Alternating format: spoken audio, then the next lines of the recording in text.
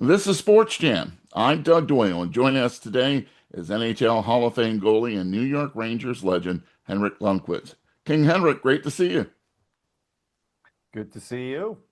And also joining us is board certified non-invasive cardiologist Dr. Jonathan Salik. Dr. Salik, we appreciate you being on SportsJam today. Thanks for having me. So, the medical condition that ended Henrik Lundqvist's playing career, recurrent pericarditis, or RP, has really set him up to make another great save. Dr. Sala, can you describe what is recurrent pericarditis and what the symptoms are? Sure. So the pericardium is the fibrous sac around the heart, and it can get inflamed. That's what itis is. So pericarditis is inflammation of the pericardium, and it can really cause very debilitating chest pain. Classic chest pain is chest pain that is worse when you lay down and better when you sit up or lean forward, worse when you take a breath in, and often worse when you exert yourself.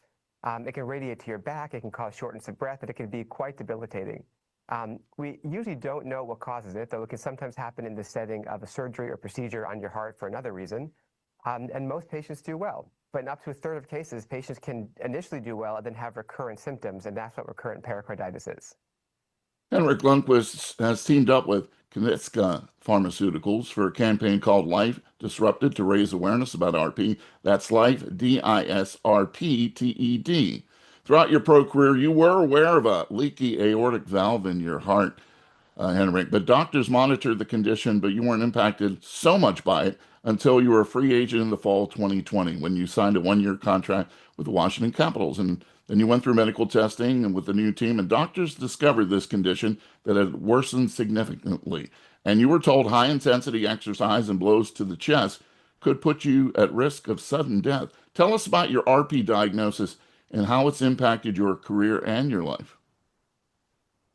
Yeah, to your point, I was aware of a condition for many years, but it was steady. It was something I kept an eye on, tested every year, and again, it was not a concern really. And then that fall of 2020, things just escalated real quick. The pressure in my heart tripled, the leak got worse, the aorta started to grow too much. So there was a lot of things happening, and that led to the decision to go in for an open heart surgery. The recovery was challenging at times, but I felt pretty good, pretty fast. I have to say, I was back on the ice after, I'm gonna say 8 weeks. Slow at first, no high shots, but every week I just felt stronger and faster, and I start eyeing the comeback, try to get back to the NHL. But then I would say about 3 months from surgery. One day I just felt massive pain in my chest, in my back. I felt sick. My first thought, it must be related to the surgery. And then I would say maybe 10 days later, I went in for a checkup, and that's when they realized I had pericarditis. And, in a way, it was more challenging to deal with than the open heart. Just because there was no real, game plan in terms of when I could start training. It was more, right now, you need to slow down everything. Don't exercise, don't do too much, put too much stress on your heart. And for about 3, 4 months, it was all about just recover, feeling better. And then I tried to come back, tried to increase my training and the physicality, but realized pretty quickly it was going to be too hard to be at a level where I could play the game of hockey at a professional level. So I made a decision to retire, walk away from hockey, and I think the key throughout was I got great guidance, support from doctors, and that alone made me more relaxed and more confident moving forward, because there's a lot of questions early on. How is this going to impact my life? Not only as an athlete, but as a dad and a friend, doing different things, activities. When you have your flare-ups, it's really hard. All you want to do is lay down and rest, and it can be tough at times. But I think that's why I feel really good about this campaign, and try to help support, educate people out there dealing with similar symptoms, situations. Again, the step one is to get that diagnosed by talking to doctor, and then get a game plan, treatment plan in place. We're so glad you're doing well because I think we were all surprised when you had to leave the ice for good.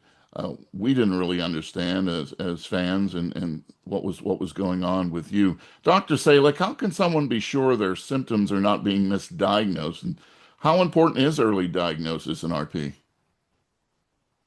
Yeah, it's a great question. We know from data that the average patient gets 2 or 3 diagnoses before getting the correct diagnosis of recurrent pericarditis, and might see 2 or 3 physicians before getting that diagnosis. So I do think it's really important to get diagnosed early, because there are a number of treatment options for patients with RP, and we can make patients feel better quicker if we can get the diagnosis. And so if you think that you're someone who might have RP, whether you've had pericarditis in the past or you have the typical type of chest pain and debilitating symptoms that Henrik is talking about, it's so important to speak to your doctor about getting the right diagnosis, and therefore we can make a treatment plan that's right for you. Take us into a conversation you had with your family, Henrik, and finding this out and having to deal with this for so long. When you really got the RP diagnosis, what was said to the kids? What was said to the family? Well, it was an overwhelming 6 months for sure. Obviously, with the surgery at first, I think that was the big one. Realizing that that this is for real. This is not a shoulder or a knee issue. So they were great. My wife was great. Family, obviously, that support meant a lot. I think personally, the big challenge when I was diagnosed with RP was I went through something so big with the open heart surgery. I felt like I did all the right things to be back and ready to play. And then I got hit with this diagnosis. And at first, mentally, that was challenging. I had to dig deep to find the strength and positivity. And again, I keep coming back to just have a good game plan moving forward. That helped me. But sometimes the uncertainty is something that we as humans, we stress about it, not knowing. We want to know what's going to happen and how you're going to feel. So that was really helpful, and get guidance. And then, to be honest, I work out now. I live a pretty healthy life. That being said, I do think about my heart a lot. It's something I never did before, but I do think about how much I'm pushing myself, because I know my body and I know my limits at this point. So it's just finding that balance of living a happy, healthy lifestyle, at the same time be aware of the challenges that could pop up. I'm not surprised you're involved in this campaign. You're an athlete that has always given back to the game and your community. You've been very active in the Garden of Dreams Foundation, your Henrik Lundqvist Foundation that empowers children and families around the world through programs in health and education. Who got you started in giving back? Who was the person who told you how important it was to do that? Well, when I was about 19, 20 years old, playing in Sweden, that's the first time I, went to a children's hospital. But at that point, you're young, you're so focused on your career. But that was the first experience. But it kind of stuck with me, the impact I had on some of the families. But then moving to New York at age 23, and you said it, the Garden of Dreams Foundation, Madison Square Gardens Foundation, they really showed me and all the other players on the Rangers the impact we can have in the community, and the roles we have as players. Again, we're growing up playing a sport for a living. It's our dream, but at the same time, to get that experience where you lend your time or you commit to something where you're helping other people, it was very rewarding. But I would say they taught me a lot early on, my early couple of years in New York City, and now working with my own foundation and the Garden of Dreams Foundation. Very rewarding, and you can't do it alone though. There's a lot of people involved that together, I think we're trying to make a difference. Dr. Salik, in the Life Disrupted campaign, What does it mean for you as someone who's directly involved with patients to have someone like Henrik Lundqvist be a spokesperson? I think it's so amazing. I think when I see patients in the office with recurrent pericarditis, they're incredibly worried about how they're feeling, about when their next flare is going to be, about the impact it has on their life, and the impact it has on their overall health. These patients are often young and healthy and want to exercise and want to have an active, healthy lifestyle. And telling them, as Henrik just discussed, that you can't exercise when you have a flare of recurrent pericarditis, that makes the symptoms worse. That's really challenging for patients to hear. So I think having a spokesperson like Henrik, who has lived through this, who has a lot of shared knowledge and experience, and who is a model of what life can look like when you're treated and diagnosed properly, is really inspirational. And that's why I think it's so important that our campaign features him as someone who is a real paragon of what life can look like when you're treated properly. Well, as you can probably tell, Henrik, I was at your ceremony where number 30 was raised to the rafters at Madison Square Garden in 2022. And that's thanks to my friend Vince Cartier, Ranger season ticket holder. But I want to know what you were thinking about, knowing that all this was going on in your life, and you look up to the rafters and see number 30. How special was that night for you? Because it wasn't just success on the ice, it's been battling a serious condition, and you won that battle as well. Yeah, that night was just incredible for so many reasons. Playing 15 years for the Rangers, it's been a huge part of my life and still is. Uh, it just felt like, I don't know, almost like closure for me. My last game was in the bubble, no fans, and just to have that opportunity to thank so many people and feel like I'm part of the Rangers for forever in a way. It was just something very beautiful about it, and to share that moment with all my friends, family, all the fans. I was so proud, honored, grateful, and will never forget it. Biggest moment on the ice as a New York Ranger for you? Biggest moment. I mean, we conference finals at 3 years. That window, we had great teams, a lot of great runs in the playoffs, big games. Obviously, making it to the final, it's a mixed emotion there. It was a big moment at the same time, a heartbreak not to win it. But when I do think back on my career, yes, I think about certain games, but more so all the teammates I got to play with and the relationships I created and memories, especially.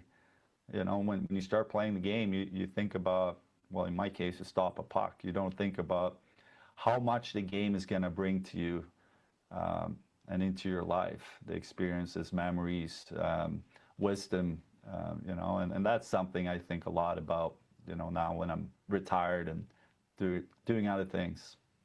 Dr. Salik, I'm curious how much you knew about the King before he got diagnosed, and have you now gone on to watch tapes of this one of the greatest goalies of all time?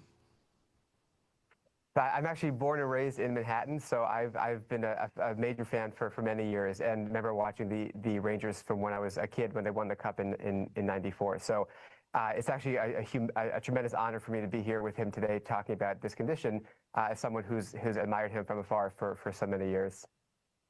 I'm also curious, Henrik, now that we're enjoying your work as a broadcaster, how are you seeing the game differently now? And would that have helped you on the ice, knowing everything you see from a different perspective? Good question. Obviously, now I watch it more as a fan, so there's less emotions involved, less stress, that's for sure. But also the game, and I could see that coming, I would say, last 5 years of my career. Just that the information players are getting now, technology plays a part in that, obviously, but the feedback players are getting and knowledge about, what's working, what's not working, and to implement that into training and how they play. That's been a big change. But working on TV and talk about and analyze it, I'm still learning, I feel like. but I'm having fun doing it. I don't know if I would view the game differently if I went back playing. Um, all I can say is I'm still a fan of the game, and I enjoy watching it. I'm glad to hear you saying you're having fun because it certainly seems like the guys on the panel are always having fun, whether it's taking shots at each other or analyzing the game. Dr. Salik, people that want more information about how they can learn about RP, where can they go? Sure, yeah. So if you're a patient and you think that you might have recurrent pericarditis, the website www.lifedisrupted.com has a lot of patient-facing resources and can get you more information about the condition and how to get it diagnosed and treated. King, I have to ask you, you're a legend in New York City. You're also a legend in Sweden. That has to mean a great deal to you. How do you even separate the two? Um, I don't. I feel like, New York's been my home now for the past 20 years. I feel extremely comfortable in New York City. My family loves it there. My life is there. In terms of, you know, interacting with fans, and it's something that I really appreciate now being, what is it, almost 5 years, right, since I played. So I just appreciate you know, the fans in New York City and in Sweden, when they come up and talk about memories. One of the coolest things is when I see families and dads come up. I brought my son to so many games, and the kids talk about their experience being at Madison Square Garden so many times, and I was part of their childhood in a way, and I find that very cool. And also, New Yorkers are they're very cool about the whole thing. So I feel relaxed in a lot of these conversations, and um, yeah, it's been a place that I've been calling home for a long time, and I just love being part of the community. Probably the only time I wore a suit for SportsJam because you are Mr. Fashion, and I knew that I couldn't do this interview with you and Dr. Salik without putting on a jacket. Best teammate that you've ever had and why? Ooh, best teammate. It's hard to rank one. I feel like every year you had different personalities because the team changed over time, obviously. But rookie year was special. There was so much to take in. Um, I remember player Jason Stradwick. He was such a good teammate. He was funny. Uh, in terms of friendships, there's so many guys that you created strong bonds with. You know, um, Over the years, I'm thinking about Hagelin, Zuccarello, Dominic Moore. Um, it's hard to pick one though. But again, when you think about the 15 years and friendships that you created and different experiences, that's a big part of the great memories you think of, the, those friendships, 100%. Speaking of memories, no one will ever forget not only that night that number 30 was raised to the rafters at MSG, but you will never be forgotten in not only Rangers fans, but NHL history. So congratulations on an amazing career and continued success, King Henrik, on your broadcasting career as well. Thank you so much. I really appreciate it. Dr. Salik, Henrik Lundqvist not only saved pucks, but now he's saving lives, and so are you. So I would imagine that that's so satisfying. It's a wonderful space to be in. I think what's great about recurrent pericarditis is that there are a lot of treatment options now, and we can make patients feel better. And I think 5 or 10 years ago, patients felt like there may have been less hope, and they couldn't have lived the type of life that Henrik is living now. But there's so many treatment options and diagnostic modalities to get patients diagnosed and treated faster and more efficiently and better. And so it's really very gratifying to be part of this community, and that's why I'm so excited to be part of this campaign. So last question, Dr. Salik, how many Henrik Lundqvist jerseys do you have? I don't have any at the moment, but I'll definitely buy one now, as well as for our two sons, who are probably extremely excited that I'm talking with them right now. You got to have it. You got to have it. Gentlemen, thanks so much for joining us on Sports Jam. You're doing important work, and we appreciate your time today. Thank you so much. Thank you so much.